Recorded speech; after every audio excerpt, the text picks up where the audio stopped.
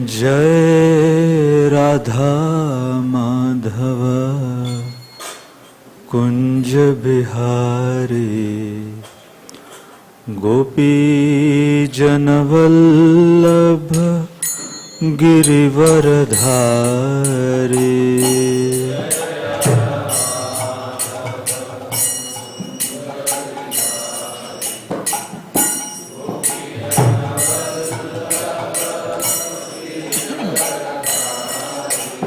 जय राधा माधव कुंज बिहारी गोपी जनवल्लभ गिरिवरधारी।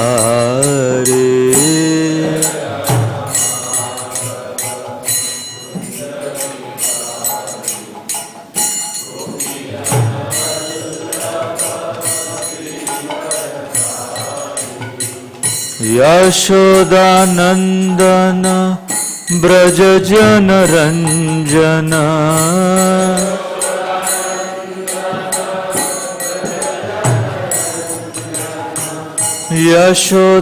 यशोदानंदन ब्रज जन रंजन।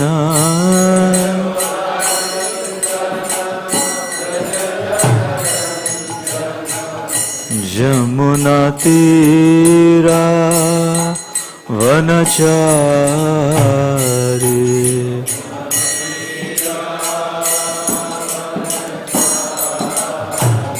जमुना तीरा वनचारी।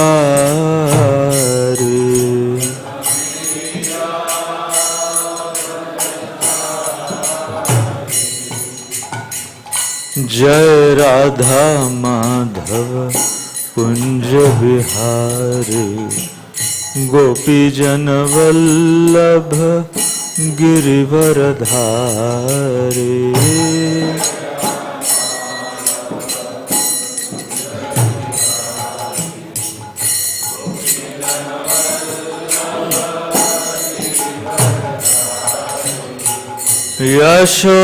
यशोदानंदन ब्रज जन रंजन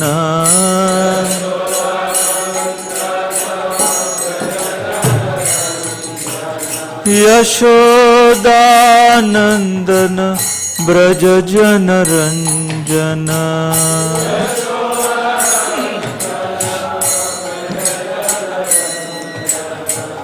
जमुना तीरा वनचारी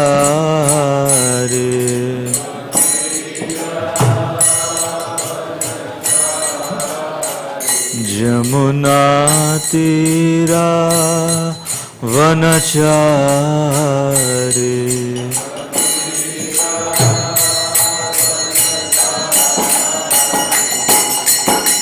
जय राधा माधव कुंज बिहारी गोपी जनवल्लभ गिरिवरधारी।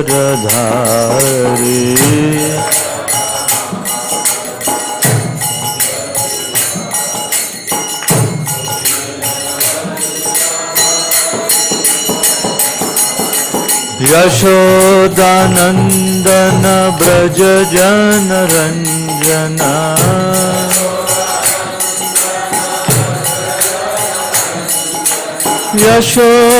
यशोदानंदन ब्रज जन रंजन।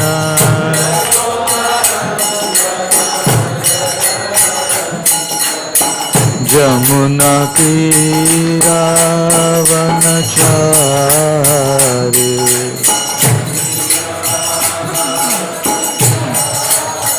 जमुना तीरा वनचारी।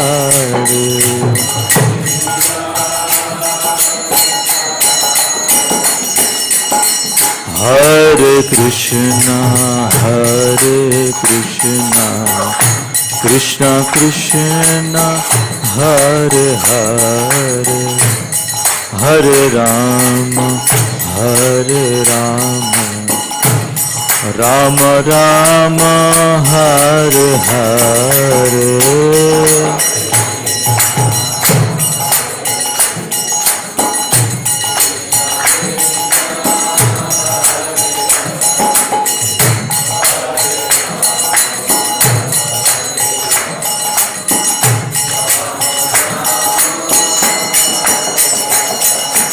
Hare Krishna,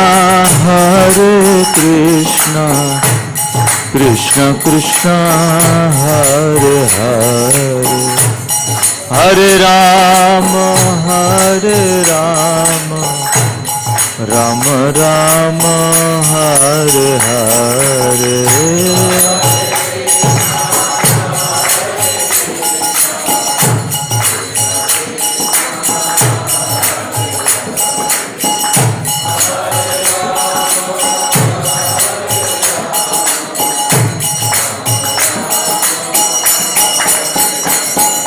Hare Krishna, Krishna Krishna, Hare Hare, Hare Ram, Ram Ram, Hare Hare.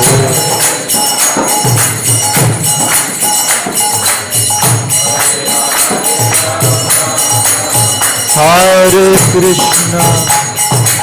Krishna, Krishna Krishna, Hare Hare, Hare Rama, Rama Rama, Hare Hare.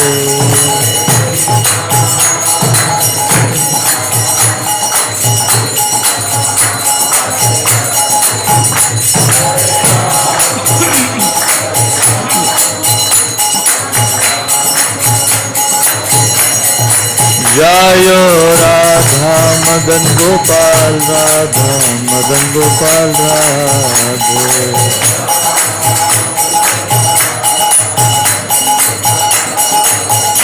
Jayo Radhe, Jayo Radhe, Jayo Radhe, Jayo Shri Radhe.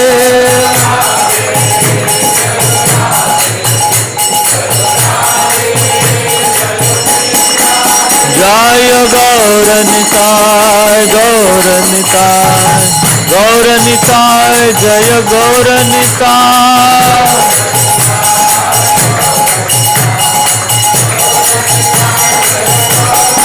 Prabhupada, Prabhupada, Prabhupada, Jai Jai Prabhupada.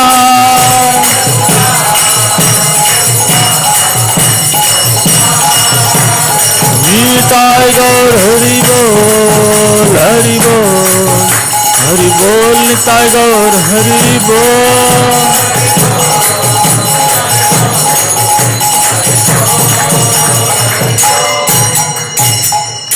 Jai Om Vishnupad Paramhamsa Parivrajikacharya Ashtotar Shastri Srimad His Divine Grace Abhay Charanar Vinda Bhakti Vedanta Swami Srila Prabhupada Ki Jai Om Vishnupad Paramhamsa Parivrajikacharya Ashtotar Shastri Srimad His Divine Grace Srila Bhakti Siddhanta Saraswati Goswami Maharaj Srila Prabhupada Ki Ananta Koti Vaishnav Vrinda Ki Namacharya Srila Haridas Thakur Ki प्रेम से कहो श्री कृष्ण चैतन्य प्रभु नित्यानंद श्री अद्वैत गदाधर श्रीवासदि गौर भक्त वृंद की श्री श्री राधा कृष्ण गोप गोपीनाथ श्याम कुंड राधा कुंड गिरि गोवर्धन की ब्रज भूमि सिर वृंदावन धाम की मायापुर नवदीप धाम की पुरुषोत्तम क्षेत्र श्री जगन्नाथपुरी धाम की गंगा माई की जमुना माई की भक्ति देवी की कृष्ण भक्ति प्रदायिनी श्रीमती तुलसी महारानी की श्री हरिनाम संकीर्तन की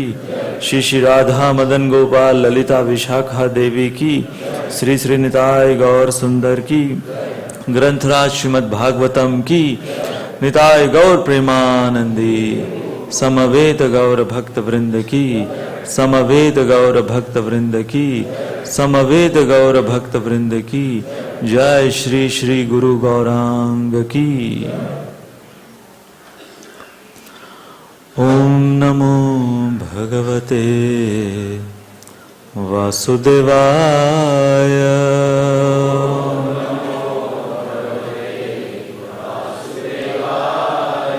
ओम नमो भगवते वासुदेवाय।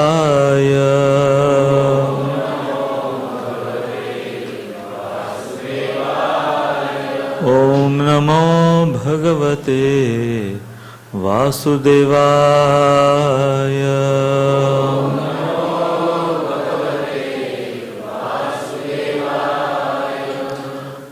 श्रीमद् भागवतम दशम स्कंद अध्याय 21 गोपियों के द्वारा गोवर्धन का गुणगान श्लोक क्रमांक 18।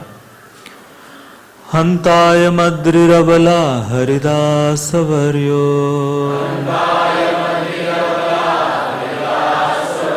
यद राम कृष्ण चरण स्पर्श प्रमोदः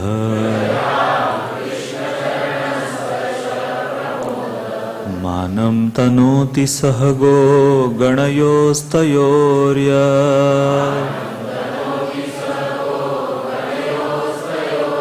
पानीय सूयवसकंदर कंदमूलये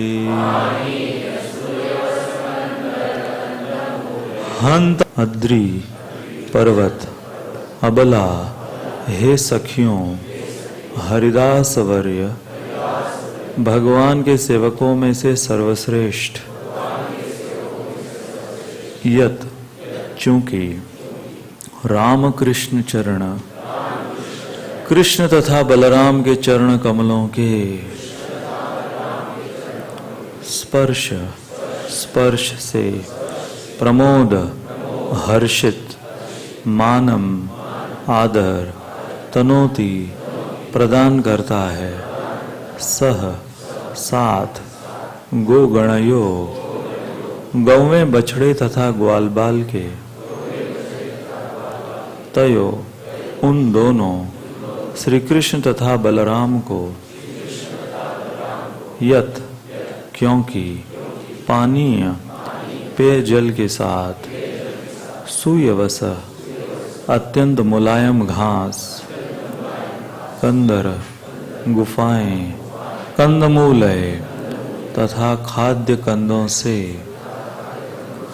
अनुवाद और तात्पर्य श्रील प्रभुपाद के शिष्यों द्वारा समस्त भक्तों में से यह गोवर्धन पर्वत सर्वश्रेष्ठ है। हे सखियों, यह पर्वत कृष्ण तथा बलराम के साथ ही साथ उनकी गौओं बछड़ों तथा ग्वाल बालों को सभी प्रकार की आवश्यकताओं, पीने का पानी, अति मुलायम घास, गुफाएं, फल फूल तथा तरकारियों की पूर्ति करता है। इस तरह यह पर्वत भगवान का आदर करता है। कृष्ण तथा बलराम के चरण कमलों का स्पर्श पाकर गोवर्धन पर्वत अत्यंत हर्षित प्रतीत होता है। तात्पर्य उपर्युक्त अनुवाद श्रील प्रभुपाद कृत्य चैतन्य चरितामृत के मध्य लीला से उद्धृत किया गया है। श्रील विश्वनाथ चक्रवर्ती ठाकुर ने गोवर्धन पर्वत के ऐश्वर्य की विवेचना इस प्रकार की है। पानीय गोवर्धन पर्वत के झरनों से प्राप्त सुगंधित शीतल जल का द्योतक है, जिसे कृष्ण तथा बलराम पिया करते थे और जिससे अपने पांव और मुख धोया करते थे। गोवर्धन पर्वत शहद, आम का रस तथा पीलू का रस जैसे अन्य पेय भी प्रदान करता है। सूयवस दूर्वा अर्थात दूब घास को बतलाता है, जिससे अर्घ की धार्मिक भेंट दी जाती है।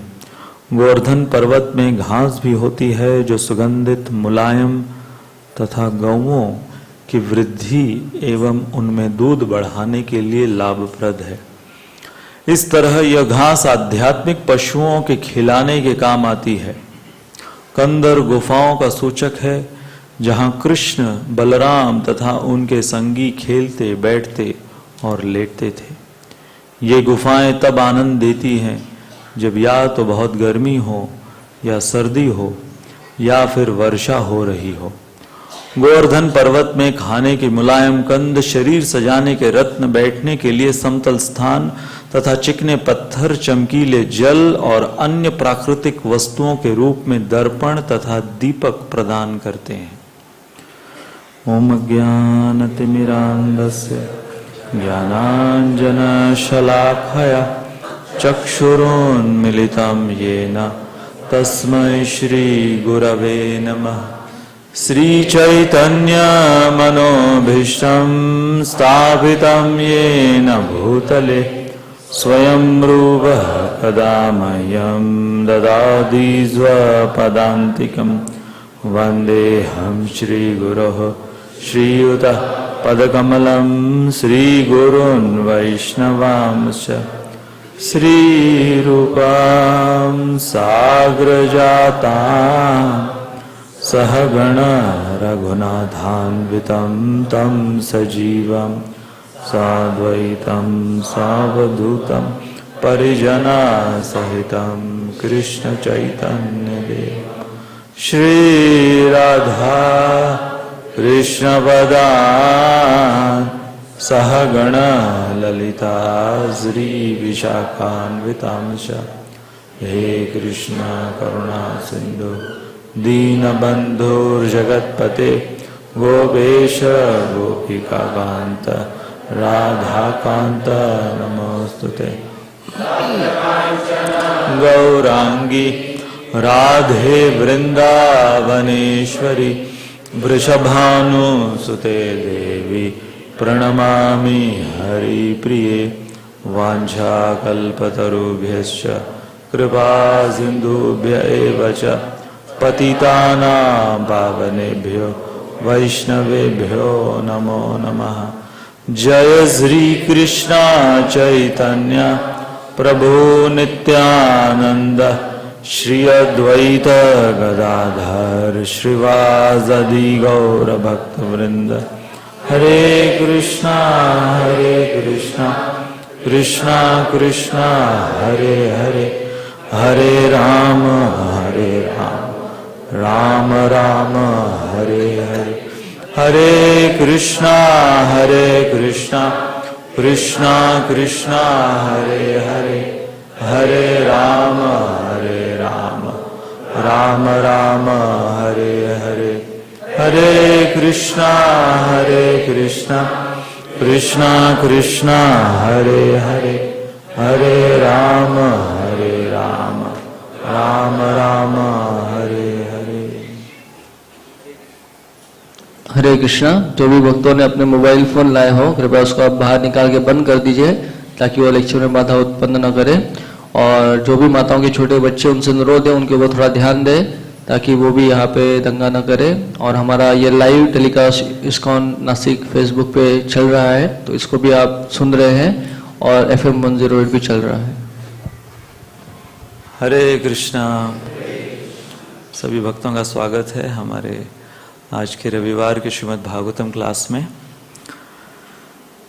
भगवान ने गोवर्धन पूजा का उद्घाटन किया और इस उद्घाटन के द्वारा उन्होंने श्री गिरिराज गोवर्धन को पूजनीय बनाया। और ये प्रश्न हमारे सामने कि भगवान के नज़रों में पूजनीय कौन है। पिछले रविवार हमने इसके संबंध में एक और प्रश्न लिया था, क्या भगवान की नज़रों में पूजनीय होना अच्छी बात है। हम यदि हमारा मनुष्य जीवन देखें तो मनुष्य जीवन की जो ज़रूरतें हैं, हमारी भौतिक ज़रूरतें पूरी होने के पश्चात ये जो सूक्ष्म स्तर पर रिकग्निशन, एक्सेप्टेंस एंड रिस्पेक्ट, तो हमने महाभारत से अर्जुन का उदाहरण लिया था। जब जयद्रथ का वध करने के लिए अर्जुन ने प्रण ले लिया और अर्जुन के प्रण लेने के पश्चात अर्जुन के परम सखा साक्षात भगवान वो व्याकुल हो गए। और ये कथा है जब भगवान के ही सहायता से, उनकी कृपा से अर्जुन जयद्रथ के ऊपर विजय प्राप्त कर सके। तो भगवान ने अर्जुन को सारा श्रेय दिया और अर्जुन का गुणगान किया, अर्जुन को बधाई दी और बहुत एक विशेष प्रार्थना याचना अर्जुन ने भगवान से की। O Krishna, let me always be the object of your congratulation. कि हम हमारा जीवन इस प्रकार का बिताएं, हर एक क्षण, हर एक दिन, हर एक महीना साल कि भगवान हमें देखते हुए हमें बधाई देते रहे, और वही हमारी सुरक्षा है। तो हम भरत इनका चरित्र देख रहे हैं रामायण से। भरत ये एक ऐसे पूजनीय कि स्वयं प्रभु श्री राम ने भरत को अपने से ऊंचा माना, और जो रामायण के इतने टीकाकार हुए हैं उन्होंने भी भरत से जो शिक्षाएं ली हैं वो शिक्षाएं इतनी सूक्ष्म, इतनी गहरी हैं कि वो कहते हैं यदि हम रामचंद्र जी के चरित्र की गणना करें तो सैकड़ों राम को मिला दें तो एक भरत होते हैं। हमने ये दो उदाहरण लिए थे भरत के संदर्भ में। तो रामायण में जो चार भाई हैं, राम, लक्ष्मण, भरत, शत्रुघ्न, ये हमारे जो बाह्य शत्रु हैं और आंतरिक शत्रु हैं, इनका प्रतीक हैं। तो जब राम, सीता और लक्ष्मण वनवास की ओर निकल पड़े और अब ये प्रयाग से होते हुए चित्रकूट पहुंचे हैं, तो जो वन गमन बताया गया है इनका, जिस तरीके से ये चल रहे थे हर एक वनों में, वो बहुत विशेष है। तो पिछले दफा हमने ये शिक्षाएं ली थी। दशरथ वो वियोग में, प्रभु श्री राम के वियोग में अपने प्राण खो बैठते हैं, और वो हमें सिखाते हैं real love is tested in separation from the beloved. Bharat who is having a very horrific dream, a nightmare. Where is Bharat? Bharat कहां पर हैं? कैकेयी देश में, अपने नौनिहाल में हैं। Purity is directly proportionate to sensitivity. Which Ram of Ramayana do you prefer? और मेरे ख्याल से ये पिछले हफ्ते हमारा आखिरी स्लाइड था। Serving Krishna even though imperfectly is far better than serving Maya perfectly. ये प्रसिद्ध एक पास टाइम श्रील प्रभुपाद का, एक व्यक्ति वो प्रभुपाद से मिलने आया और शिकायत लगाने लगा कि ये आपके शिष्यों को मैं देखता हूं कि आपके क्लासेस में ये सोते रहते हैं हर समय।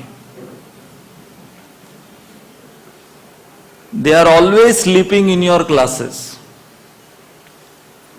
तो प्रभुपाद ने तुरंत उनके लाइन का ये जो वर्ड है इसको पकड़ा। प्रभुपाद ने कहा ऑलवेज। ऑलवेज का अर्थ क्या हुआ? हर समय, हरदम सोते रहते हैं। यदि हरदम सोते रहते तो अपना जीवन पूरा बलिदान कैसे करते हो? तो उसने फिर अपने लाइन को करेक्ट किया। 95% of the time they sleep. तो प्रभुपाद ने कहा which means 5% they are awake. But in your case, you are 100% absent. What was Prabhupada trying to hint? Even though they are imperfect, but they are sincere. We cannot become perfect, but we can become perfectly sincere. On the other hand, someone who is perfect in his mic activities, trying to please Maya, is nowhere considered in the list of the Lord's mercy. आज हम एक बहुत ही interesting lesson सीखना चाहेंगे कि वशिष्ठ मुनि ने अयोध्या के जो सबसे उत्कृष्ट दर्जे के गुप्तचर, उनको कहां भेजा? भरत को बुलाने के लिए। समाचार देने नहीं, भरत को बुलाने के लिए। और समाचार फिर वशिष्ठ मुनि देने वाले थे। तो उत्कृष्ट दर्जे के गुप्तचरों को चुना वशिष्ठ मुनि ने। यह इसलिए चुना कि भरत ये देख ले कि इस बार एक तो मुझे बुलाया जा रहा है,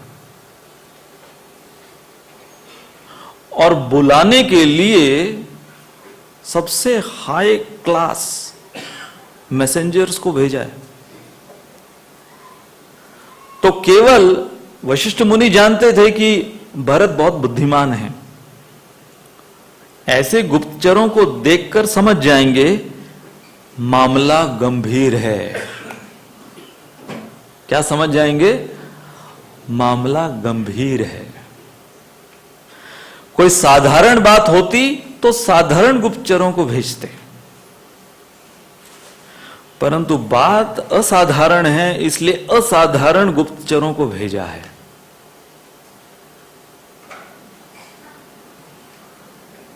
अब वर्णन है कि ये जो निकले, ये मैसेंजर्स जो अयोध्या से निकले, रथ पर आरूढ़ हुए, तो इनकी जर्नी बताई है, इनकी यात्रा अयोध्या से कई कई देश तक की यात्रा। अब देखिए, ये लोग केवल कोई नौकरी पेशावर नहीं थे कि इनको वेतन मिलता है इसलिए अपना काम मैकेनिकली करते थे।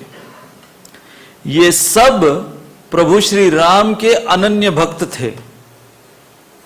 साधारण से साधारण कोई प्रेषक भी अयोध्या का, वो प्रभु श्री राम का अनन्य भक्त था।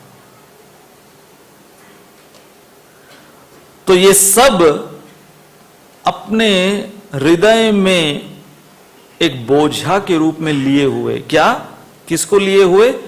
कि क्या हुआ है अयोध्या में, और इनको चुना गया है भरत को लाने के लिए, क्योंकि मुख्य किरदार तो भरत का है। अब भरत के वजह से ही तो ये पूरा बवाल हुआ है। कैकेयी ने भरत के लिए ही तो ये सब कुछ किया।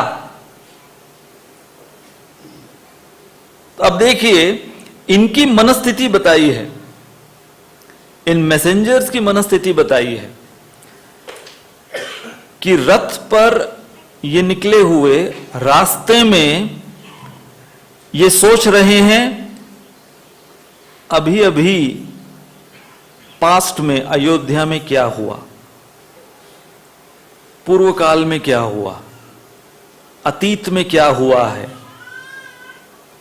और इसके साथ साथ इनके मन में एक और विचार वो भी दौड़ रहा है।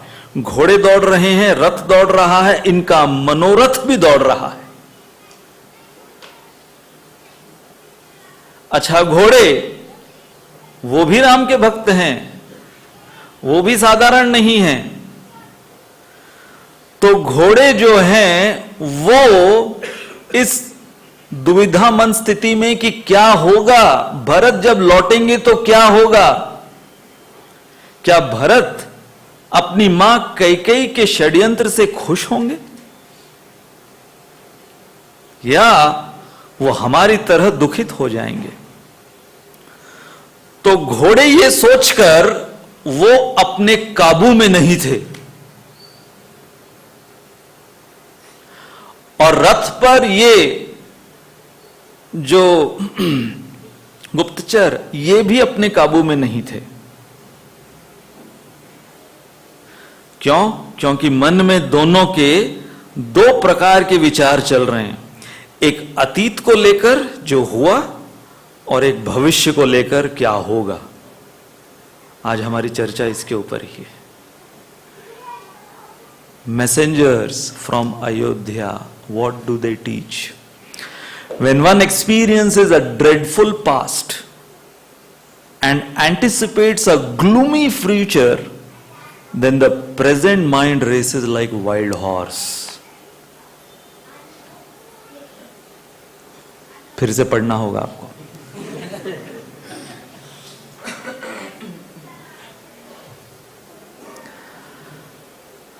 ड्रेडफुल पास्ट, भयावह अतीत,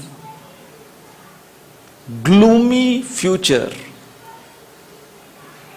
अंधेरे से भरा हुआ भविष्य, और इन दोनों के बीच में है हमारा वर्तमान। हम सब के जीवन में हम इसका अनुभव करते हैं। हम सब के जीवन में हमारे अतीत में कुछ ऐसी भयावह चीजें गुजरी हैं। हम सब के जीवन में कुछ ना कुछ है।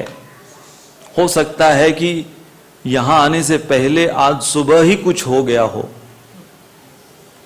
या कल, या पिछले हफ्ते, पिछले महीने, सम ड्रेडफुल पास्ट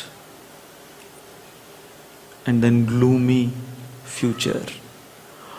और हमारा मन ये दोनों के बीच में अभी वर्तमान स्थिति में जूझ रहा है, हमारे अतीत और हमारे भविष्य से, हमारा वर्तमान का मन।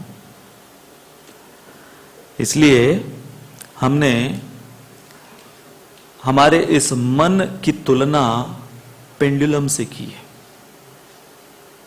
आपने ये घड़ी देखी होगी जिसके पेंडुलम होते हैं, और ये पेंडुलम की विशेषता क्या है कि ये हर समय एक्सट्रीम्स में जाता रहता है।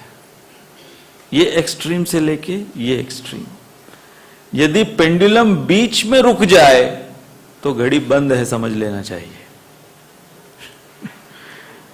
तो ये हमारा माइंड कैसा है? इस पेंडुलम के समान है। Past future, past future, past future.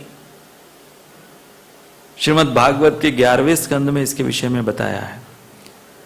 तदैवम् आत्मन्यवरुद्ध चित्तो न वेद किंचित बहिरंतरम वा यथेशुकारो नृपतिम व्रजंतम ईशौ गतात्मा न ददर्श पार्श्वे। ये उदाहरण है ईशकार, एन एरो मेकर। एक ऐसा व्यक्ति जो एक राज्य में वो राजा के लिए तीर को धार लगा लगा कर दिया करता था। यही उसका काम था, व्यवसाय था इसका। ईशकार इसको कहते हैं, एरो मेकर। तो 11वें स्कंद में ये प्रसंग है जब अवधूत ब्राह्मण ने 24 गुरु अपनाए, और इन 24 गुरुओं में से ये ईशकार एक गुरु था। तो क्या उन्होंने सीखा इस ईशकार से, एरो मेकर से? उन्होंने एक दिन देखा कि ये अपने वर्कशॉप में, कारखाने में तीरों को धार लगा रहा है, और उसी समय नृपतिम, वहां का राजा, वो निकला सड़क से। उसकी दुकान के बाहर की जो सड़क है वहां से राजा निकल रहा है, और राजा अपनी टोली के साथ निकला।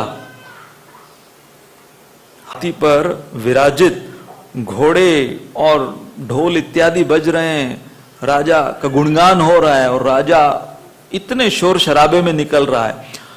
परंतु अवधूत ब्राह्मण ने देखा कि ये ईशकार, इसको तनिक भी फर्क नहीं पड़ रहा है, वो डिस्ट्रैक्ट नहीं हो रहा है उसके कार्य से। वो जो तीर को धार लगा रहा है उसे डिस्ट्रैक्ट नहीं हो रहा है। इसलिए श्लोक में कहा गया है तदैवम् आत्मन्य अवरुद्ध चित्तो, उसका चित्त बिल्कुल भी किसी अवरोध का शिकार नहीं बना। न वेद किंचित बहिरअंतरम वा, उसे पता भी नहीं चला कि बाहर क्या हो रहा है या अंदर क्या हो रहा है। अर्थात उसके आंतरिक विक्षेप उसे विक्षेपित नहीं कर सके और बाहर राजा की टोली उसे विक्षेपित नहीं कर सकी। यह था उसका कंसंट्रेशन, एकाग्रता, इस ईशकार। तो अवधूत ब्राह्मण एकाग्रता, कंसंट्रेशन सीखते हैं। What is that? The power of now. वर्तमान में हम कितने मौजूद हैं। शरीर नहीं, हमारा मन।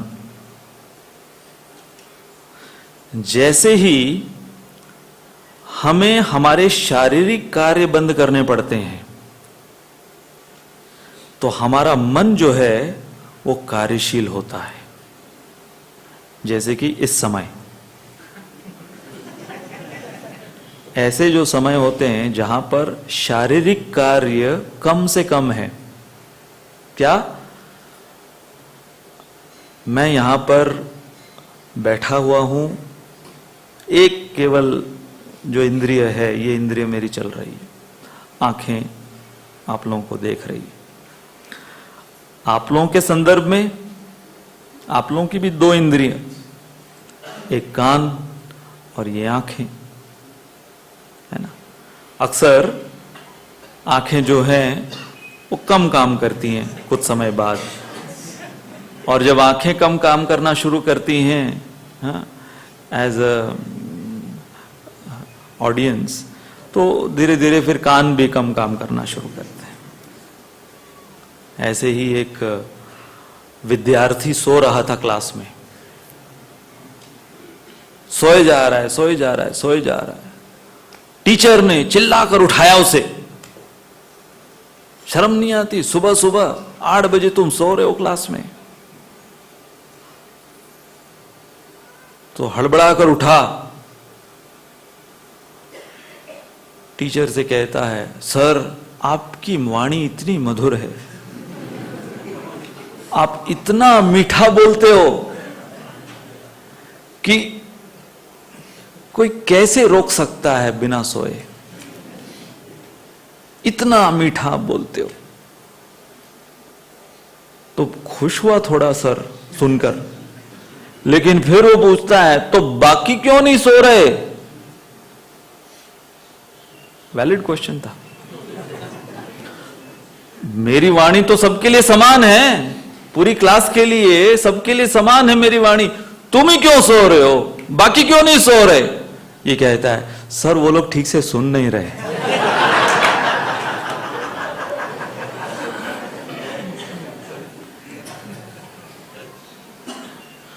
तो वो क्या कह रहा था कि मैं ठीक से सुन रहा हूं। तो इसलिए आप लोगों को तसल्ली हो गई होगी कि यदि मुझे नींद भी आ रही है तो मान लेना चाहिए कि मैं ठीक से सुन रहा हूं। तो ये जो अयोध्या के मैसेंजर्स ने ये अनुभव किया, dreadful past, gloomy future, restless and disturbed present. अब देखिए, हम लोग जो ये बैगेज लेके जीते हैं, कौन सा बैगेज?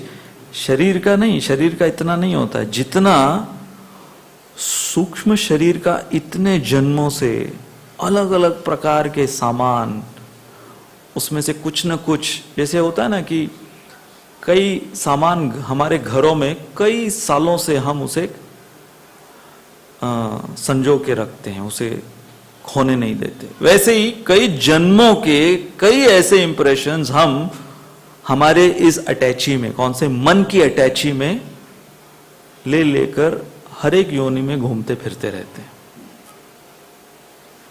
जैसे मुझे याद है, बहुत साल पहले लंदन के पांडव सेना का एक विद्यार्थी, जैसे हमारा आईवेएस ग्रुप है वहां पर पांडव सेना है, तो पांडव सेना का एक मेंबर,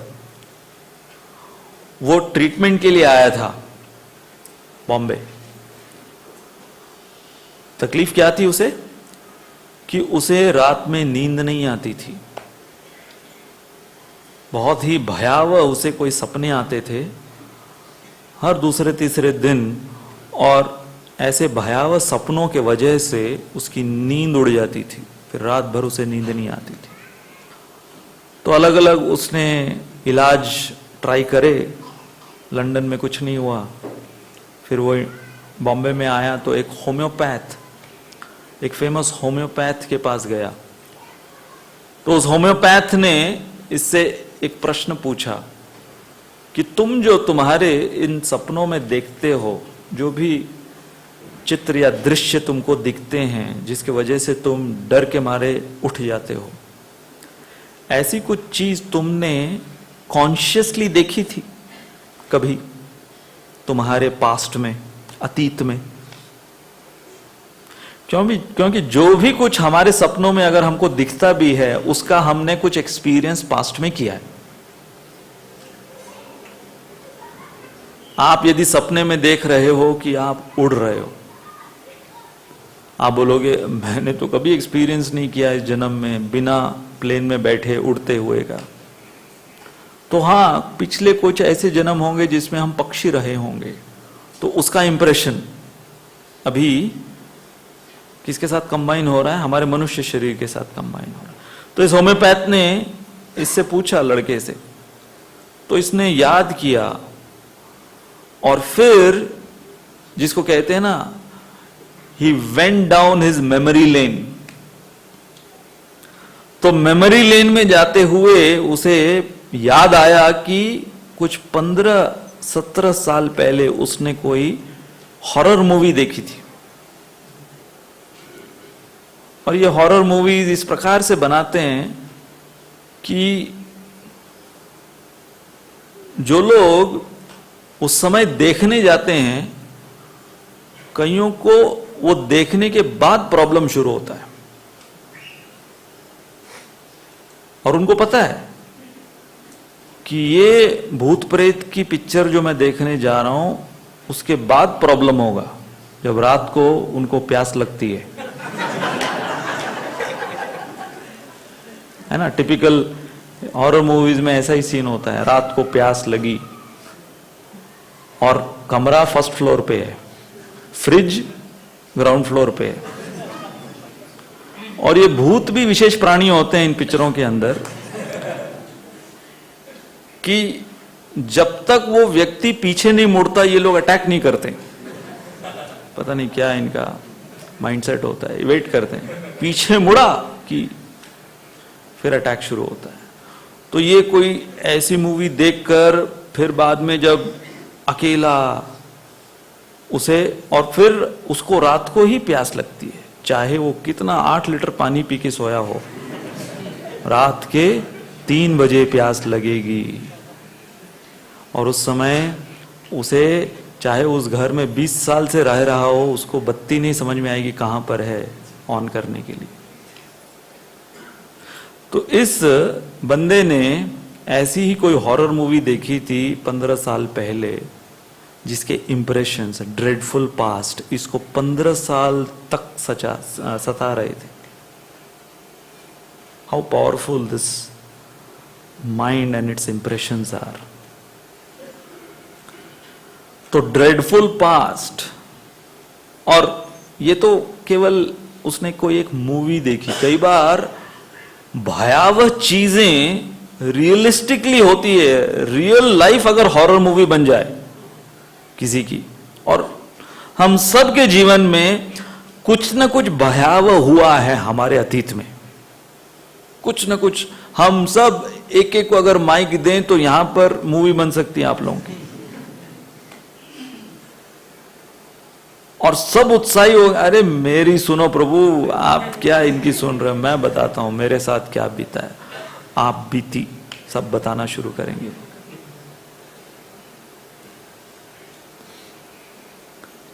जैसे हमारे इस्कॉन के एक सन्यासी हैं बद्री नारायण महाराज, वो एक बार बता रहे थे कि अमेरिका में ऐसे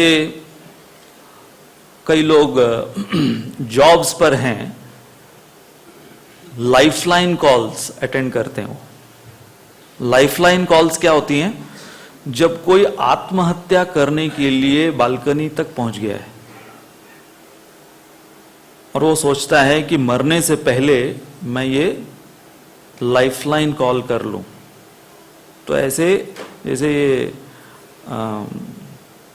क्या बोलते हैं उसको, कॉल्स उठाते हैं सबके, कॉल सेंटर। हाँ, तो ऐसे ये कॉल सेंटर होते हैं, लेकिन ये कॉल सेंटर किसके लिए होते हैं?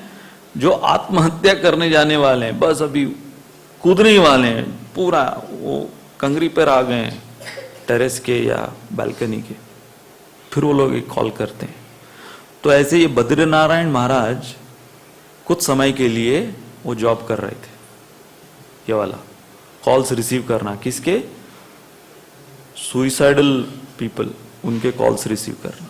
तो उनको एक बार ऐसे कॉल आया, तो इनके पास स्टैंडर्ड रहता है क्वेश्चंस पूछना ताकि उसको बचा लें, वो उनको कुछ काउंसलिंग देके सांत्वना देके बचा लें।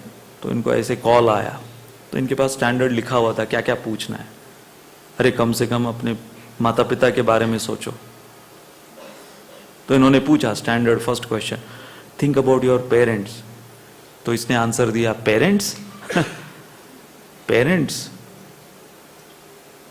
दे left me when I was 5 years old, I don't even know who they are, where they are. तो क्रॉस हो गया, पेरेंट्स तो है ही नहीं। Think about your wife, wife she is with someone else. Any girlfriend, no way I am going to take risk. Kids, कोई बच्चे, no kids, बच्चे ही नहीं हुए कभी। माँ बाप नहीं है, बीवी छोड़ के चली गई है, गर्लफ्रेंड भी नहीं है, बच्चे भी नहीं है, कोई भाई बहन कोई नहीं, अकेला ही पैदा हुआ मैं। तो ये देख रहे हैं कोई कुछ तो तिनका मिले पकड़ने का, इसको कुछ भी नहीं मिल रहा है। Finally, what about your job? Job, I am jobless since past 2 years। कोई जॉब नहीं है, घर नहीं है, माता पिता नहीं है, बीवी नहीं है, बच्चे नहीं है, भाई बहन नहीं, कुछ भी नहीं।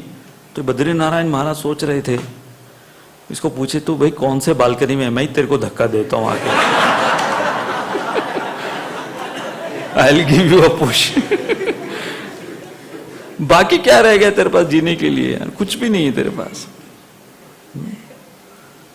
कई बार जब ब्रह्मचारी बन जाते हैं तो उनको भी कुछ लोग समाज के ऐसे बोलते हैं, अरे नौकरी नहीं, बीवी नहीं, बच्चे नहीं, कोई टीवी नहीं, कोई मूवी नहीं, प्याज लहसुन जो था वो भी छोड़ दिया, चाय कॉफी भी छोड़ दी, सब कुछ छोड़ दिया।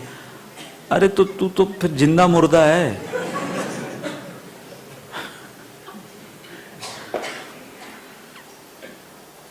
So when we are caught up, the present is caught up between dreadful past and gloomy future, then the mind races like a wild horse. ये घोड़े जैसे दौड़ रहे थे। So our mind very often drives very unique BMW.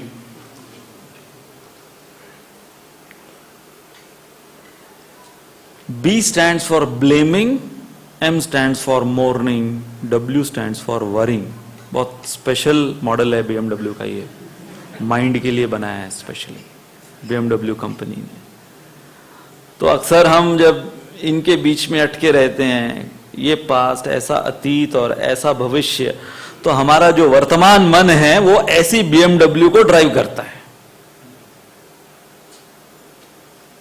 एक बार एक पति चक्कर खाकर बेहोश गिर गया, तो पत्नी अपने बेहोश पति को डॉक्टर के पास ले जाती है और चिंतित डॉक्टर को कहती है कि पता नहीं इनको क्या हुआ, चक्कर आया और बेहोश गिर गए, बहुत पानी वानी डाला, नहीं होश में आ रहे थे। तो डॉक्टर ने चेक किया, नब्ज चेक करी, स्टेथोस्कोप से हार्ट बीट वगैरह सब कुछ चेक किया। फिर डॉक्टर ने कुछ ड्रॉप्स डाले उनके मुंह में और कहे कि 15-20 मिनट लगेगा, होश में आ जाएंगे। तब तक मैं आपको एक प्रिस्क्रिप्शन देता हूं, आप लिख लो, फ्यूचर में ऐसा नहीं हो। तो पेन पेपर दे दिया पत्नी को, लिख लो क्या प्रिस्क्रिप्शन है। अब से जब भी ऑफिस से आपके पति घर आए तो आपको ये सब कुछ करना है, आपको झगड़ा नहीं करना है। You should not fight with your husband, don't argue with your husband. ऐसे एक एक करके उसको बोल रहे हैं, लिखो लिखो पेपर पे लिखो, तो लिखते जा रही है। Stop fighting, stop arguing, stop using WhatsApp and Facebook, stop seeing दो सीरियल्स सास बहू, stop ordering food from outside, cook for your husband, be always very polite, courteous, ऐसे करके लंबा चौड़ा लिस्ट। पत्नी ने लिख दिया सब कुछ। अब पति होश में आए फाइनली, तो पत्नी अब बोल रही पति को, चलते हैं घर चलते हैं। तो पति अभी क्यूरियस हुआ क्या था, डॉक्टर ने क्या बोला। तो रास्ते में पति पूछता है, तो क्या डॉक्टर ने क्या बोला। पत्नी कहती है, डॉक्टर ने कहा बचना मुश्किल है।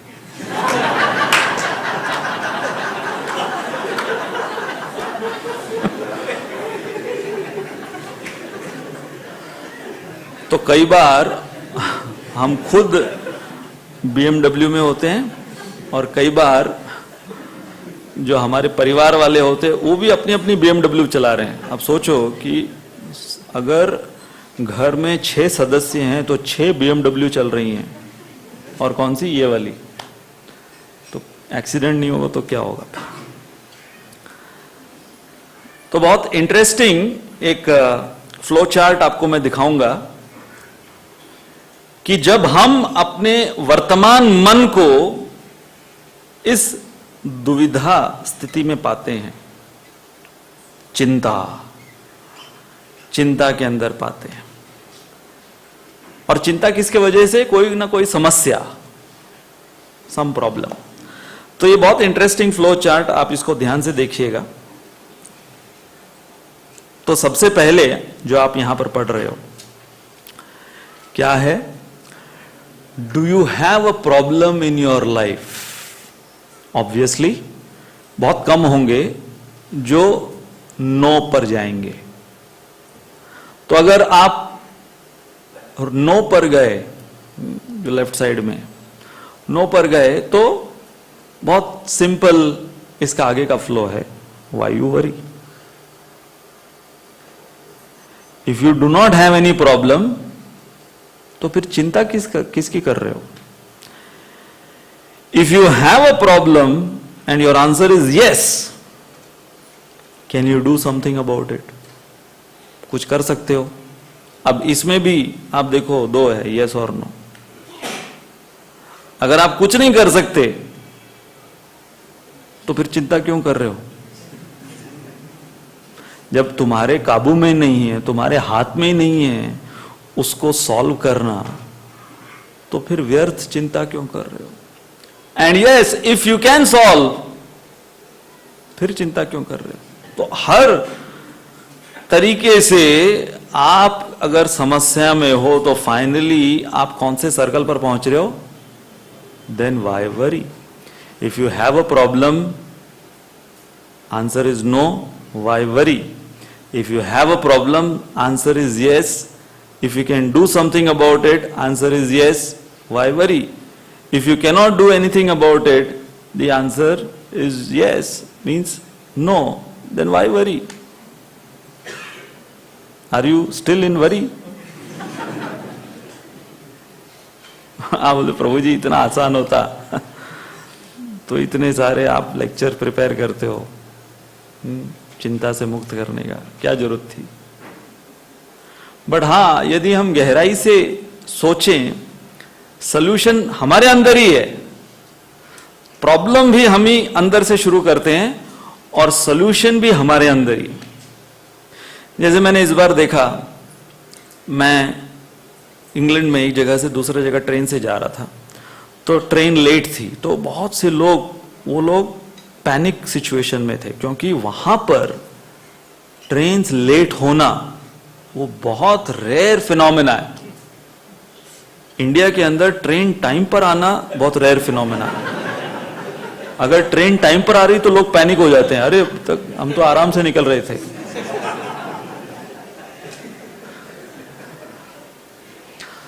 तो वहां पर स्टेशन के ऊपर मानो ऐसे अफरा तफरी मच गई।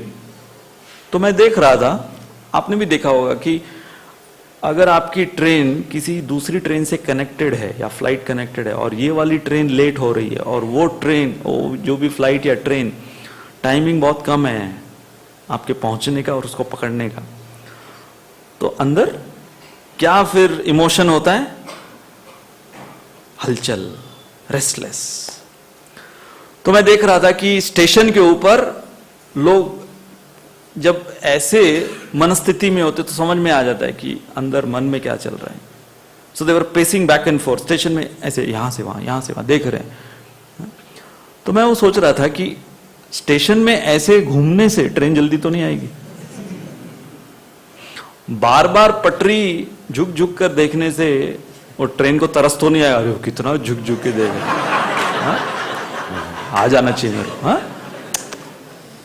बेचारे इतना झुक झुक के देख रहे हैं।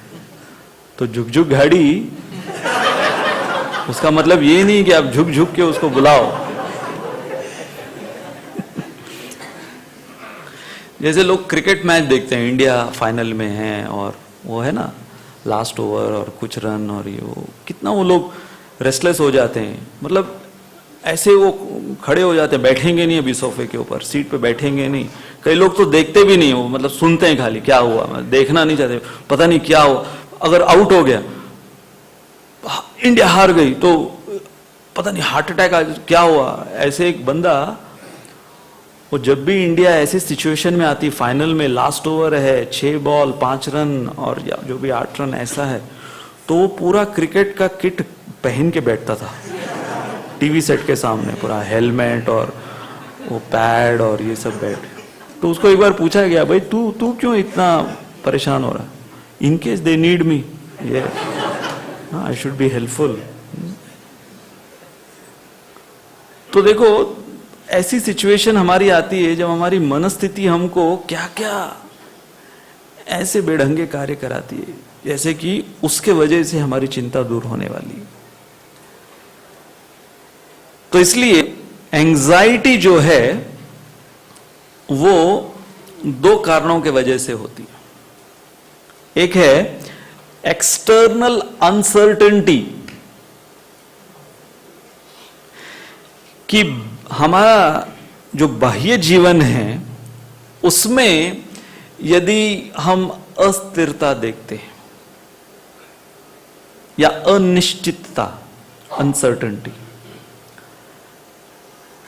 जैसे आप देखो, अब वेस्ट में वहां पर एक्सटर्नल अनसर्टेनिटी बहुत कम है। मतलब आप नल चालू करोगे तो पानी आएगा, यहां पे गारंटी नहीं है कि नल आप चालू करोगे तो पानी आना ही है, चाहे आप वो जैगुआर की नल लगा लो, परंतु गारंटी नहीं है कि हर समय पानी आएगा ही। इसको बोलते हैं एक्सटर्नल अनसर्टेनिटी। जैसे मैंने देखा साउथ में एक एयरपोर्ट पर, वहां पर उन्होंने वो आजकल सेंसर के नल होते हैं ना, आप हाथ डालो उसमें कोई वो टोंटी नहीं होती है बंद चालू करने की, आप हाथ नीचे करो नल के, अपने आप पानी आता है। तो वो उधर एक सेंसर होता है, वो आपके हाथ को देखता है, जो भी उसके सामने आ गया मतलब उसको पानी छोड़ना है। कई ऐसे एयरप्लेन्स में ऐसे होते हैं, तो उसमें आप एक बार दबा दो नल को तो 1 मिनट तक पानी आता रहेगा, वो बंद कर अपने आप ऊपर आ जाता है, बंद होता है। तो पहली दफा हम लोग जब जा रहे थे अमेरिका, तो मैं और गोविंद प्रभु थे, तो गोविंद प्रभु आए, बोले कि वो नल बंद नहीं हो रही है। तो उनको क्या डर था कि वो शायद पूरा भर जाएगा, वो बाथरूम अंदर का, वो एयरप्लेन का। तो मैंने कहा बंद नहीं हो रही मतलब? बोले वो दबाया, उसको कुछ लगा, दिखा ही नहीं मेरे को उसका टेटवा कहाँ है, बाकी उसको बंद कैसे करते हैं। तो मैंने कहा नहीं ब्रो, 1 मिनट बाद बंद हो जाता अपने आप। अच्छा ऐसा है। तो मैंने देखा इस एयरपोर्ट पे उन्होंने वो सेंसर युक्त नल लगाया था।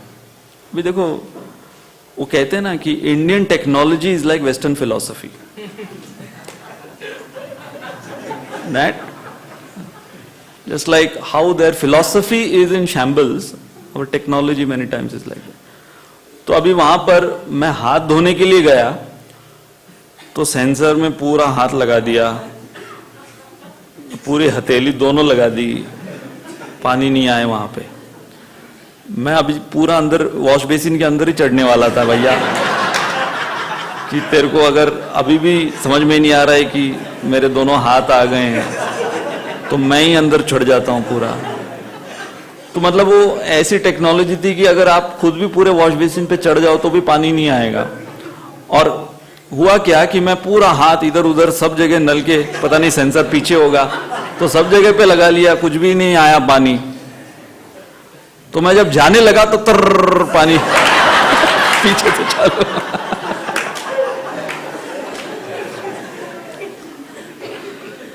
तो इंडिया में अनसर्टेनिटी बहुत है ऐसे एक्सटर्नल, तो इसके वजह से प्रॉब्लम्स, एंजाइटी में जाते हैं हम लोग,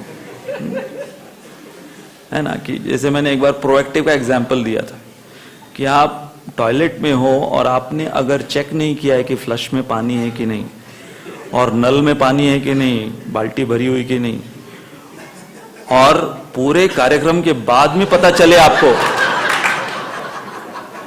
you are not proactive.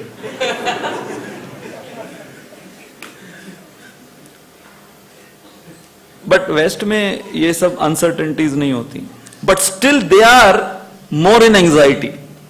Point क्या है, on a serious note now, although there is absolutely no external uncertainty over there, but they are more in anxiety. Why? Because of inner instability. जैसे कि एक उदाहरण मैं आपको दूं, समंदर में लहरें जो हैं वो आपको ऊपर नीचे फेंक रही हैं, वाइल्ड ओशन, टर्बुलेंट वेव्स, लेकिन आपके पास नाव है और नाव में आप बैठे हुए हो। तो नाव में आप बैठे हुए हो, लहरें वो नाव को यहां वहां फेंकेंगी, परंतु आप गीले नहीं होंगे, आप हिलोगे यहां वहां नाव के हिलने के वजह से। तो ये जो इनर स्टेबिलिटी है ये उस नाव के समान है। ये भव सागर जो है, इसकी लहरें ऐसी उथल पुथल कर रही हैं हमारे जीवन में, परंतु यदि हमारे पास सत्संग की नाव है तो इस सत्संग की नाव में यदि हम बैठे रहेंगे तो चाहे बाहर की लहरें हमें कितना भी यहां वहां फेंके, हम गीले नहीं होंगे। और इस सत्संग की नाव को यदि लंगर लगा दिया जाए, एंकर, तब तो फिर वो नाव भी हिलना बंद कर देगी। विच मीन्स सत्संग में आना नाव में बैठने के समान है, और सत्संग में आने के पश्चात उस सत्संग का लाभ लेना, अपने जीवन में उतारना लंगर लगाने के समान है। अन्यथा भव सागर की इन तरंगों से कोई बच नहीं पाएगा।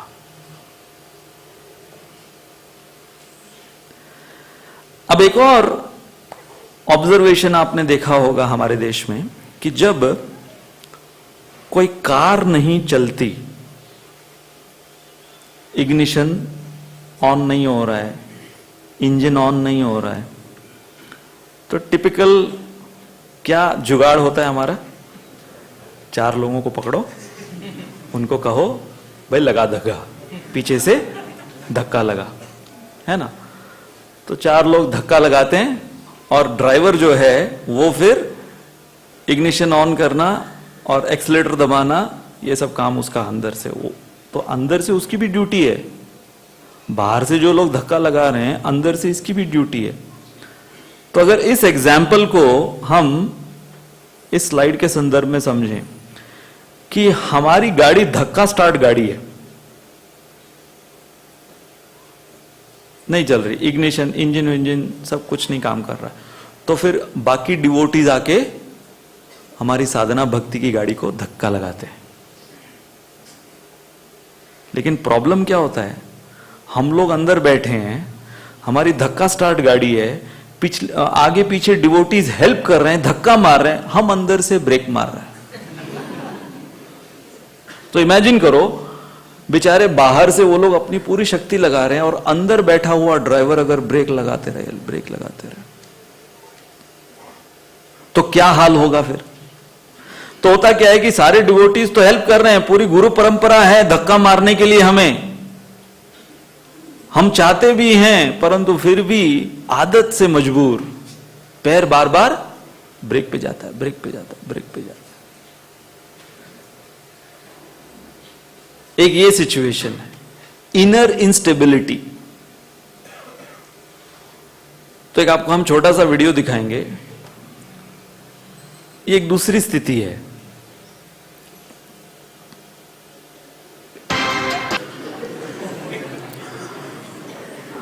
कई बार हम लोग ऐसे संग में रहते हैं जो ऐसे धक्का मारते हैं। वीडियो का मैसेज ये था कि ऐसे दोस्तों को मत रखो अपने पास जो आपकी गाड़ी को इस प्रकार का धक्का मारे कि गाड़ी खाई में। तो ये जो प्रसंग हम ले रहे हैं, लक्ष्मण, इनका उदाहरण हम लेना चाहेंगे कि जब चित्रकूट पहुंचे सीताराम लक्ष्मण, तो भरत वो निकले रामचंद्र जी को वापस ले आने का, और जो फेमस राम भरत मिलाप जो हुआ चित्रकूट में, तो लक्ष्मण वो पेड़ पर चढ़कर देखते हैं कि ये सेना की आवाज कहां से आ रही है, घोड़ों के चलने की, भागने की आवाज कहां से आ रही है। तो पेड़ के ऊपर जाकर चढ़कर देखते हैं तो दूर से उनको दिखता है ये तो अयोध्या की सेना है और ये भरत का रथ है, उसका ध्वज है। तो लक्ष्मण तुरंत वो किस निष्कर्ष पर आते हैं कि ये भरत अब यहां पर भी नहीं छोड़ रहा है हमको। उसको उसकी मां ने जो षड्यंत्र रचाकर उसको अयोध्या का राज दिया, उससे तसल्ली नहीं मिल रही। आग बबूले लक्ष्मण वो उतरते हैं और राम को कहते हैं आप सीता मैया के साथ रहिए, मैं अकेले यहां पर चित्रकूट में जो नदी है गोमती, उसके साथ खून की नदी बहा दूंगा, ये सारे सैनिक अयोध्या को खत्म कर दूंगा, पूरी सेना को और भरत को। रामचंद्र जी बोलते हैं जेनिफर रिलैक्स, हाँ ठंड रख पाजी, क्या हुआ। रामचंद्र जी बोलते हैं भरत उतना ही मुझसे प्रेम करते हैं लक्ष्मण जितना तुम करते हो। तुम्हें क्या लगता है कि भरत आक्रमण करने के लिए आ रहा है, ये सोच है लक्ष्मण तुम्हारी। और फिर रामचंद्र जी व्यंग से लक्ष्मण को कहते हैं हो सकता है लक्ष्मण तुम शायद ये वन में परेशान हो रहे हो, अभी तो वनवास हमारा प्रारंभ हुआ है और मुझे ये लग रहा है कि शायद इस वनवास की जो कठिनाइयां हैं, परेशानियां हैं, वो झेली नहीं जा रही तुमसे, तो इसलिए तुम बिदक रहे हो, इसलिए तुम इतना फ्रस्ट्रेट हो रहे हो। ठीक है, भरत आ रहा है, भरत रुक जाएगा, तुम चले जाना अयोध्या वापस। लक्ष्मण जब सुनते हैं कि आप क्या बोल रहे हो, और फिर जब राम भरत मिलाप होता है, लक्ष्मण देखते हैं कि भरत क्यों आए थे, रामचंद्र जी को वापस राजगद्दी देने के लिए। और आलिंगन करते हुए भरत को रामचंद्र जी लक्ष्मण की ओर देखते हैं, तुम क्या सोच रहे थे? और यहां देखो भरत का चरित्र। तो भरत को जब रामचंद्र जी क्या अपनी पादुकाएं देते हैं, अब यहां पर देखो स्पर्धा क्या चल रही है दो भाइयों के बीच में। हाँ, जनरली दो भाई प्रॉपर्टी के लिए जो लड़ते हैं आजकल कलयुग में, किस प्रकार की लड़ाई होती है? मुझे चाहिए वो सत्ता। यहां पर लड़ाई क्या चल रही है दोनों भाइयों के बीच में? आप लीजिए सत्ता, आप सब कुछ लीजिए, ये लड़ाई चल रही है। Look at the difference. मतलब इमेजिन करो कि कलयुग में अगर एक भाई छोटे भाई को अपनी चप्पलें दे, ले ये है तेरा शेर। हाँ, जैसे रामचंद्र जी ने अपनी पादुकाएं दी, अगर बड़ा भाई छोटे भाई को अपनी चप्पलें दे दें, हाँ, जायदाद में से तेरा हिस्सा ये मेरी चप्पलें, क्या करेगा वो छोटा भाई? उठा के, मतलब क्या क्या लेवल है इनके कल्चर का। तो फिर जब भरत को रामचंद्र जी भेज देते हैं अपनी पादुका देकर, लक्ष्मण फिर आकर पूछते हैं रामचंद्र जी से कि मुझे इतना क्रोध क्यों आता है? मैं अपने क्रोध के ऊपर, अपने भावनाओं के ऊपर काबू क्यों नहीं रख पाता? तो रामचंद्र जी वो लक्ष्मण से कहते हैं क्योंकि तुम भावुक हो, you are little sentimental. Ram Lakshman को बोलते हैं। और फिर लक्ष्मण ये प्रश्न पूछते हैं, is it wrong to have sentiments? बहुत इंपॉर्टेंट क्वेश्चन है ये। Is it wrong to have sentiments? Ramchandra ji बोलते हैं नहीं, जब तुम्हारी भावनाएं वो तुम्हें धर्म के पथ पर ले जाएं, तो वो भावनाएं अनुकूल हैं। Those sentiments which takes you towards dharma, on the path of dharma, those sentiments are welcomed, should be welcomed. परंतु जो भावनाएं तुम्हें धर्म के पथ से दूर ले जाएं, वो भावुकता है। तो हम इस पर थोड़ी चर्चा करेंगे। रूप गोस्वामी, उन्होंने भक्ति रसामृत सिंधु लिखा, बहुत इंटरेस्टिंग है। भक्ति रसामृत सिंधु में रूप गोस्वामी ने जो एक एनसाइक्लोपीडिक ज्ञान दिया है भक्ति का, वो किसी शास्त्र में नहीं मेंशन्ड है। जितनी बारीकी से रूप गोस्वामी ने भक्ति का ज्ञान, स्पेशली हमारे अलग अलग इमोशंस, भावनाएं भगवान के प्रति एक भक्त कैसे व्यक्त कर सकता है, उसका जो निरूपण दिया है भक्ति रसामृत सिंधु में, वो अप्रतिम है। तो इसका थोड़ा सा इतिहास मैं आपको बताना चाहूंगा कि भक्ति रसामृत सिंधु की रचना रूप गोस्वामी ने एक और ग्रंथ के साथ करी, उज्ज्वल नीलमणि। बहुत हाई लेवल का ये ग्रंथ है उज्ज्वल नीलमणि। हमारे लिए भक्ति रसामृत सिंधु वो भी बहुत हाई है। तो भक्ति रसामृत सिंधु, इसमें रूप गोस्वामी ने दो ट्रेडिशंस लिए हैं। उन्होंने ये वर्ड यूज किया है रस, भक्ति रस अमृत सिंधु। रस, ये जो वर्ड यूज किया है भक्ति के संदर्भ में, तो एक रस ट्रेडिशन है और एक भक्ति ट्रेडिशन। तो ये जो रस ट्रेडिशन है, ये रूप गोस्वामी ने लिया नाट्य शास्त्र से। हमारे जो अलग अलग प्रकार के शास्त्र हैं, उसमें से एक बहुत प्रमुख शास्त्र है भरत मुनि द्वारा दिया गया नाट्य शास्त्र। अच्छा, ये नाट्य शास्त्र की रचना कैसे हुई? एक दफा सारे देवी देवता ब्रह्मा जी के पास गए और उन्होंने ब्रह्मा जी से याचना करी कि आप हमें एक ऐसा मनोरंजन की विधि बताइए जो कि शिक्षाप्रद हो।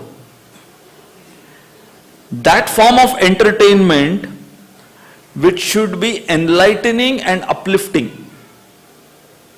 शिक्षाप्रद मनोरंजन, तब ब्रह्मा जी ने नाट्य शास्त्र दिया। ये जो आजकल नाट्य जिसको बोलते हैं, कला केंद्र और बॉलीवुड हॉलीवुड जो भी कुछ, इसकी शुरुआत कहां से हुई थी? जब ब्रह्मा जी ने नाट्य शास्त्र दिया। और भरत मुनि ने, बहुत से इसके पश्चात हुए जो जिन्होंने भरत मुनि के नाट्य शास्त्र को लेकर उस पर उसको और इलैबोरेट किया, जैसे अभिनव गुप्ता, रूप कविराज इत्यादि, इन्होंने इसको बहुत इलैबोरेट किया। लेकिन ओरिजिनली ये ब्रह्मा जी द्वारा दिया गया, भरत मुनि के द्वारा जो आचार्य रहे नाट्य शास्त्र के। तो नाट्य शास्त्र में क्या है कि जब जो किरदार किसी पर्टिकुलर इमोशन को ऑडियंस के अंदर, जो जनता देख रही है उस नाटक को, उनके अंदर एक इमोशंस को जागृत करना चाहते थे, तो वो नाट्य के द्वारा जागृत करते थे और वो परमानेंटली रहते थे उनके अंदर वो emotions. They would always remember कि क्या इमोशंस उस पर्टिकुलर किरदार ने मेरे अंदर जागृत किए। तो रूप गोस्वामी ने भरत मुनि के नाट्य शास्त्र को लिया, क्योंकि नाट्य शास्त्र में रस की विवेचना होती है और उसको देखने वाले जो हैं उनको रसिक बोला जाता है। जैसे कि ऑडियंस जो है उनको भी जो दिखाया जा रहा है उसके बारे में थोड़ा ज्ञान होना चाहिए। जैसे कि मान लो अभी मैं आपको हिंदी में कह रहा हूं, ये पूरा प्रवचन हिंदी में है, तो आपने हिंदी भाषा सीख रखी है इसलिए आपको समझ में आ रहा है। तो आपने भी तो होमवर्क किया है। ये पूरे परफॉर्मेंस को कंप्लीट होने के लिए आपकी तरफ का योगदान क्या है? आपको ये भाषा आती है तो मेरे को हर बार हर एक वर्ड का अर्थ बताने की जरूरत नहीं है। तो वैसे ही नाट्य शास्त्र में रसिक जो हैं वो रस को पकड़ते हैं नाट्य के। जैसे अगर भरतनाट्यम कोई स्त्री कर रही है स्टेज के ऊपर और दामोदर लीला भरतनाट्यम के द्वारा वो प्रदर्शित कर रही है, तो जो ऑडियंस है उसको दामोदर लीला मालूम होनी चाहिए। तो वो जो एक्सप्रेशंस करेगी, जो नर्तकी है वो जो एक्सप्रेशंस करेगी, ऑडियंस जो है वो रसिक हैं, तो वो उसके एक्सप्रेशन से समझ जाएंगे कि ये कृष्ण के एक्सप्रेशंस है, ये यशोदा माई के एक्सप्रेशंस है। इसको बोलते हैं द कॉम्बिनेशन ऑफ रस एंड रसिक।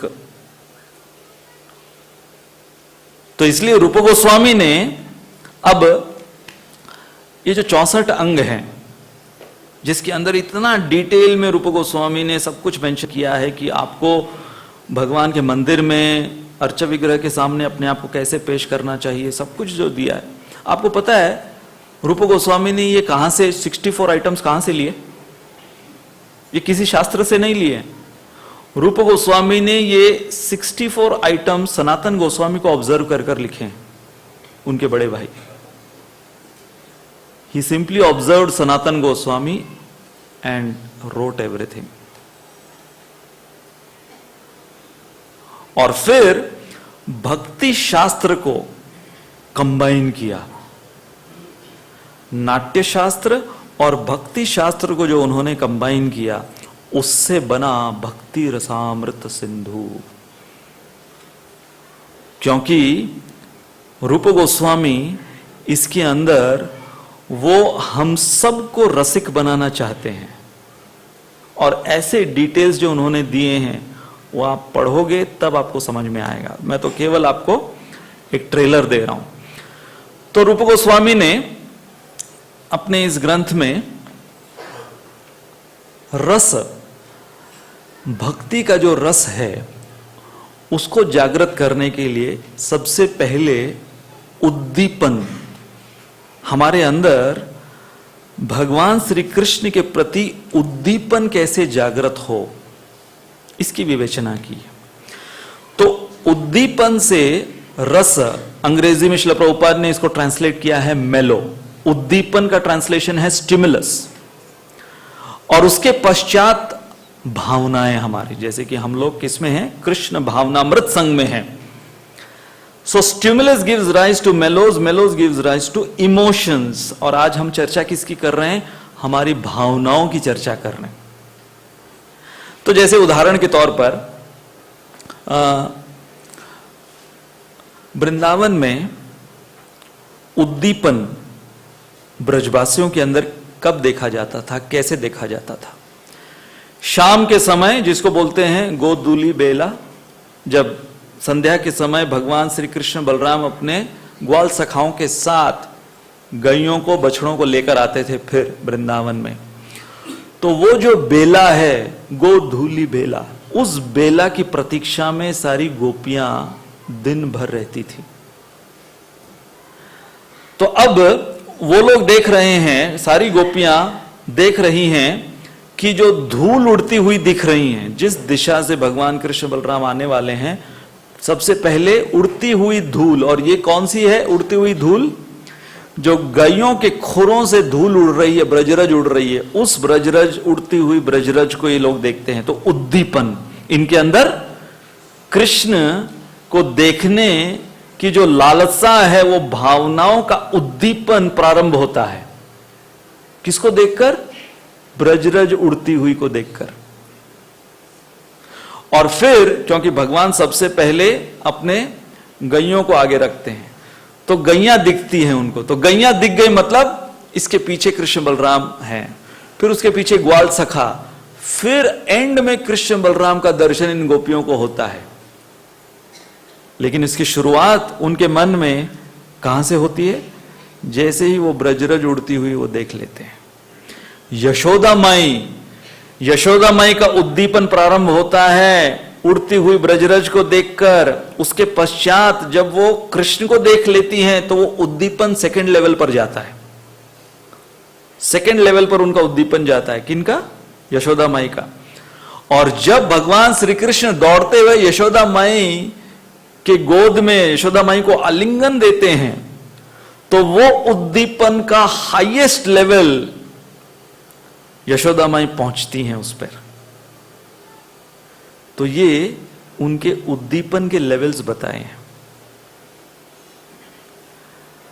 अब हमें क्या समझना है इसमें, कि हमारे जीवन में उद्दीपन कहां कहां है।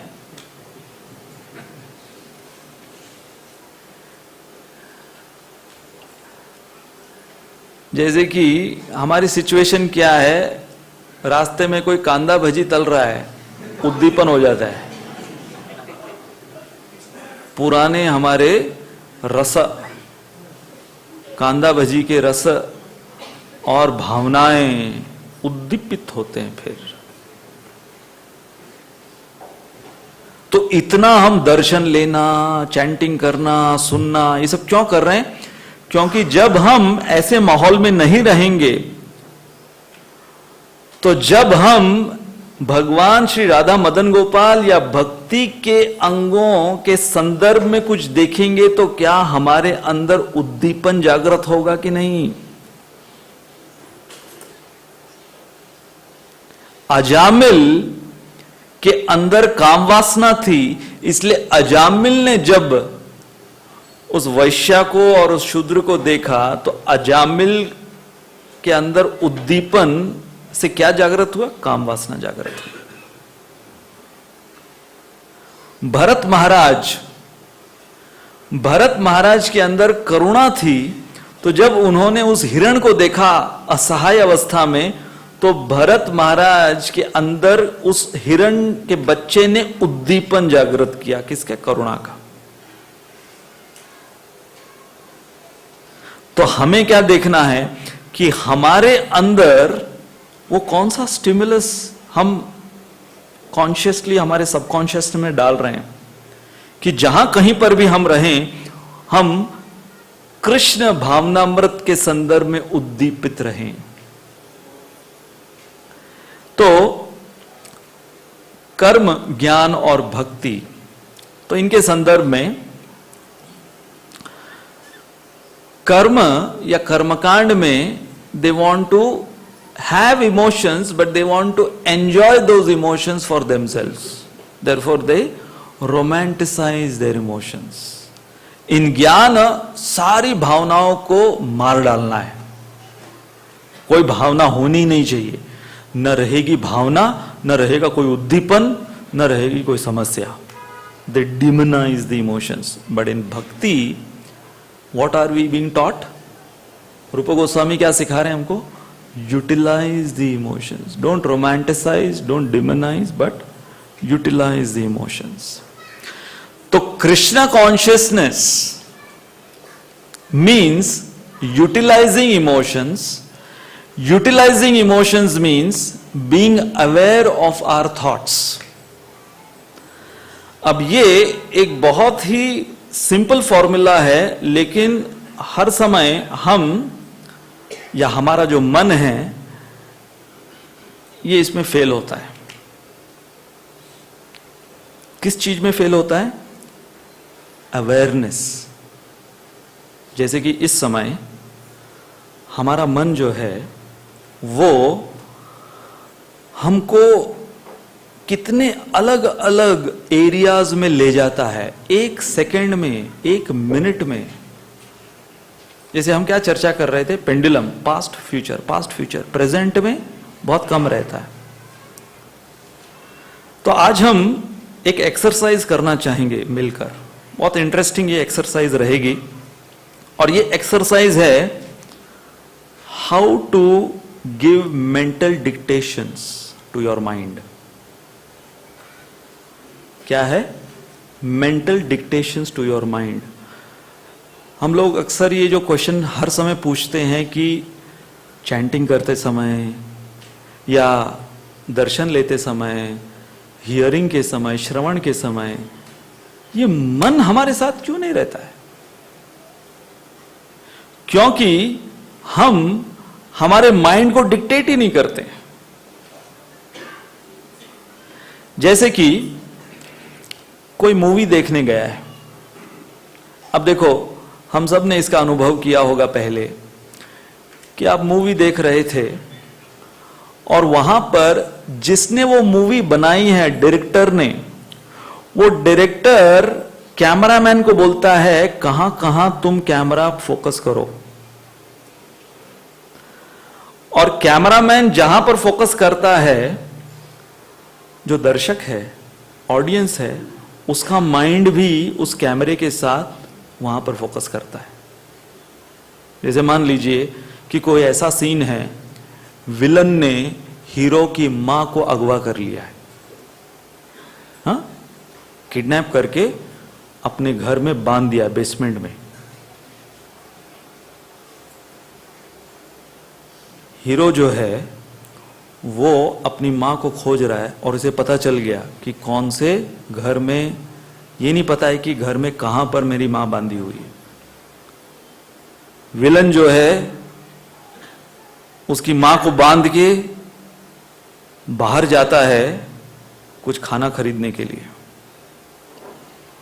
तो अभी डायरेक्टर क्या करता है? कैमरा बाहर ले गया है, विलन बाहर गया है, हीरो के पास 10 मिनट है केवल अपनी मां को छुड़वाने के लिए, है ना? याद है ऐसे सीन्स? तो वो कैमरा कहां ले जाता है? कभी कैमरा, विलन बाहर है, वो खरीद रहा है, यहां पे इसने एंट्री करी है, 5 मिनट हो गए हैं, वो रास्ते में लौट रहा है. अभी आप लोग देख रहे हैं, कैमरा दोनों दिखा रहा है, वो लौट रहा है, ये ढूंढ रहा है अपनी मां को, वो लौट रहा है, ये ढूंढ रहा है, कैमरा दिखा. आपका माइंड कहां कहां जा रहा है? बाहर सड़क पे भी जा रहा है, जहां कैमरा, डायरेक्टर आपके माइंड को ले जा रहा है. बेसिकली डायरेक्टर क्या कर रहा है? आपके माइंड से खेल रहा है ना? न तो कोई सड़क होगी, न कोई ऐसा चीज होगा, लेकिन आपका माइंड 1 मिनट, विलन जो सड़क पे से आ रहा है वापस, उसके ऊपर जा रहा है. हीरो जो बेसमेंट में मां को ढूंढ रहा है, उसके ऊपर है. उसके बीच में पुलिस अगर कहीं है, पुलिस निकल चुकी, तो माइंड वो उसके ऊपर भी कैमरा फोकस कर दिया. बेसिकली हमारे माइंड के अंदर इतने डिपार्टमेंट्स हैं, आप जिस पर फोकस करोगे माइंड वहीं पर टिका रहेगा. पॉइंट ये है. Because we are unaware of what to focus, we find our mind going camera ऐसे अगर कोई हिला रहा है इधर उधर तो क्या होगा, कभी ये दिख रहा है कभी वो दिख रहा है, पूरा कंफ्यूज। तो ये सिचुएशन हमारी होती है। लेक्चर में बैठे हैं, अपने माइंड को डायरेक्ट करने के बजाय हम माया देवी को डायरेक्टर बना देते हैं अपने माइंड का। तो माया देवी क्या करती है, हमारे माइंड को लेती है, और माया देवी माइंड को कभी कैमरा लेके माइंड को क्या दिखाती है, देख यहाँ पे स्क्रीन पे देख, हाँ समझ में आ रहा है, कुछ नहीं समझ में आ रहा है, स्क्रीन के साइड में देख। अब तो हम लोग फिर माया जो डायरेक्टर बनी हुई है साइड में देखते हैं, अच्छा हाँ ये तो देख लिया, दर्शन आज का ही है, अब पीछे मुड़ देख, फोन निकाल, फोन में देख मैसेज आया है, हाँ बाहर देख काउंटर भी लग रहा है। तो ऐसे करके हम लोग, शरीर बैठा हुआ इधर, लेकिन माया देवी जो डायरेक्टर बनी हुई है हमारे माइंड का, माया देवी हमको 1 मिनट में कहां से कहां घुमाती रहती घुमाती रहती घुमाती रहती। बेसिकली आज हम एक एक्सरसाइज करेंगे, मैं डिक्टेटर बनूंगा, I will dictate your mind, है ना। जैसे होता है ना हिप्नोसिस, हिप्नोसिस के अंदर क्या होता है, वो जो हिप्नोथेरेपिस्ट है वो डिक्टेट करता है, इसको बोलते हैं गाइडेड मेडिटेशन। तो आज हम लोग एक गाइडेड मेडिटेशन के टूर पर जाएंगे, और कहां जाएंगे, श्री वृंदावन धाम जाएंगे।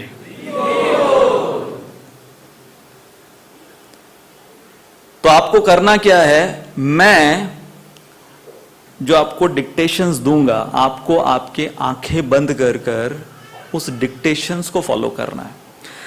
तो हम आज हमारे मन के रथ पर बैठेंगे,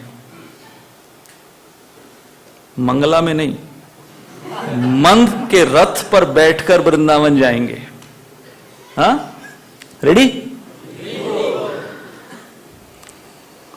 और किसी को भी आंखें खोलनी नहीं है, आप चिंता मत कीजिए, आप वही रहेंगे,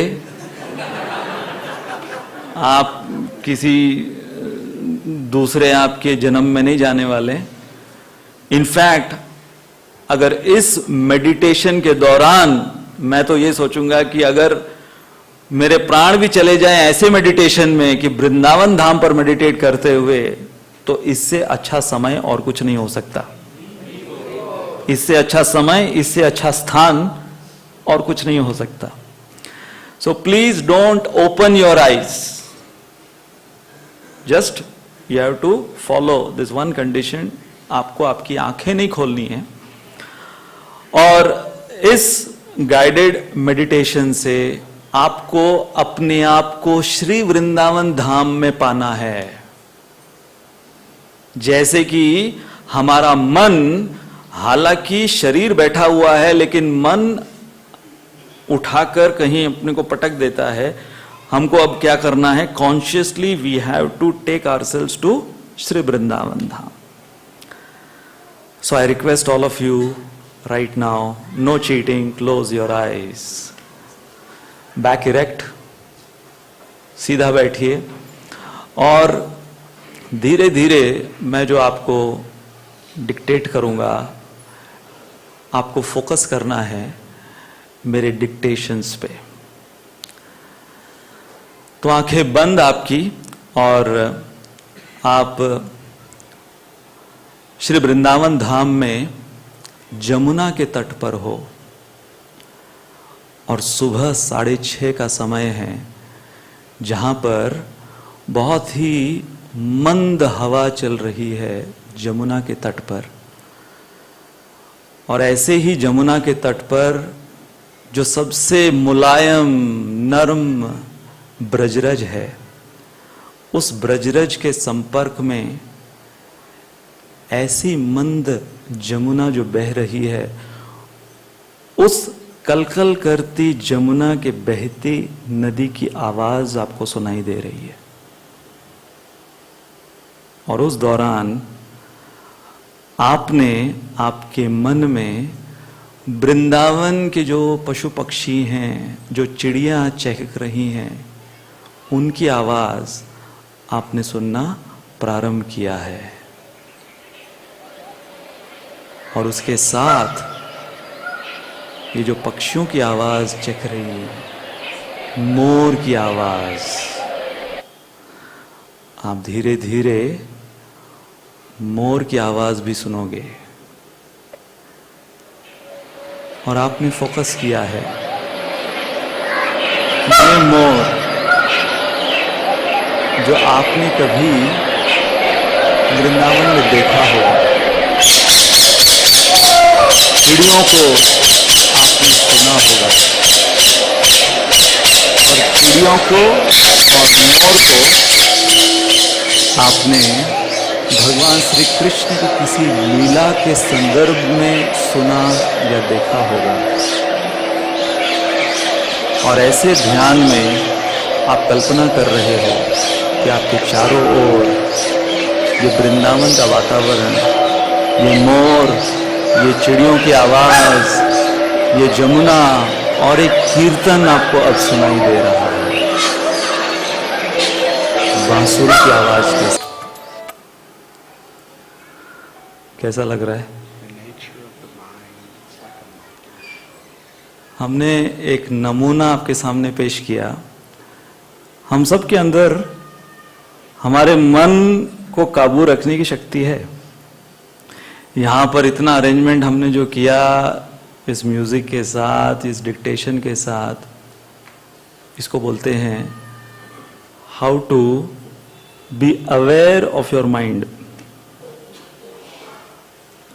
तो जब हम हमारे माइंड को डिक्टेट करते हैं, वो उस दिशा में जाएगा, वो उस डायरेक्शन में जाएगा। तो यदि हम डिसाइड करते हैं कि मैं श्री वृंदावन धाम के कॉन्शियसनेस में रहना चाहता हूं, तो अभी ये 5-10 मिनट में जो हमने अनुभव किया, इसको हम 5 घंटे, इसको हम पूरा दिन, और इस कॉन्शियसनेस को हम निरंतर बना सकते हैं यदि हम हमारे उद्दीपन को उस रस से और उन भावनाओं से जोड़ें तो। इसलिए ये बहुत सुंदर राधानाथ महाराज के इंस्ट्रक्शंस हैं, how to keep the mind steady during meditation. So हमारे आज के सेशन का कंक्लूजन है, Krishna consciousness begins by being aware of one's present consciousness. हमारे बचपन में हमको एक पोएम थी स्कूल में, इसी संदर्भ में, to be present, to be aware of our thoughts, of our consciousness. The time to be happy is now, the place to be happy is here, and the way to be happy is to make someone happy and to have a little heaven right here। आप लोग को ये poem थी, मेरे पीछे repeat कीजिए। The time to be happy is now, the place to be happy is here, and the way to be happy is to make someone happy and to have a little heaven right here। Thank you very much। Hare Krishna।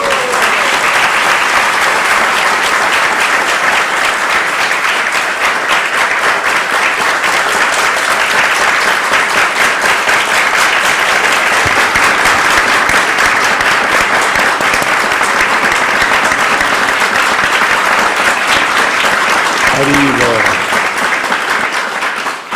तो ये बहुत important lesson Ayodhya के इन messengers ने हमको आज सिखाया।